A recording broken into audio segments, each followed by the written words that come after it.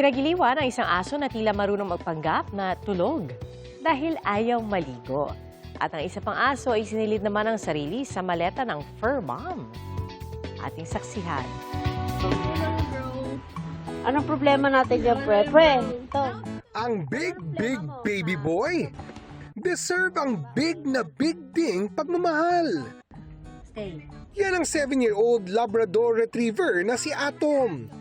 Clingy at sweet daw talaga si Atom. Pero sa sobrang clingy, ayaw paalisin si Human. Ayaw paalisin ng mami.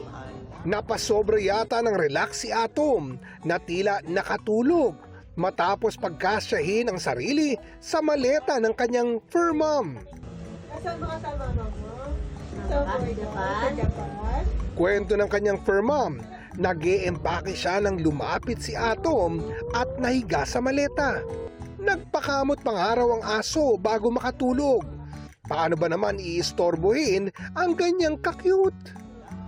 Hinintay na lang niya magising si Atom bago ituloy ang pag-iempake. Sige na, ligo. Ligo ikaw, ligo. Tulog is life din ang drama ng fur baby na si Luisa. Pero tulog-tulugan lang pala yan. Maligo ikaw, maligo. Kwento ng kanyang fur parent, ganyan talaga ang drama ni Luisa kapag oras ng maligo. Umaabot pa hanggang bakuran ang pakiusapan nilang mag-amo. Ligo. Doon sa likod ng ligo. Maligo. Hanggang sa tuluyang nakalabas si Luisa sa gate. Makalayas. Ay, maligo. Pero sa huli, tagumpay ang kanyang fur mom. Fresh na fresh ulit si Luisa na binigyan pa ng treats. Para sa GMA Integrated News, ako si Oscar Oid, ang inyong saksi. Mga kapuso, maging una sa saksi.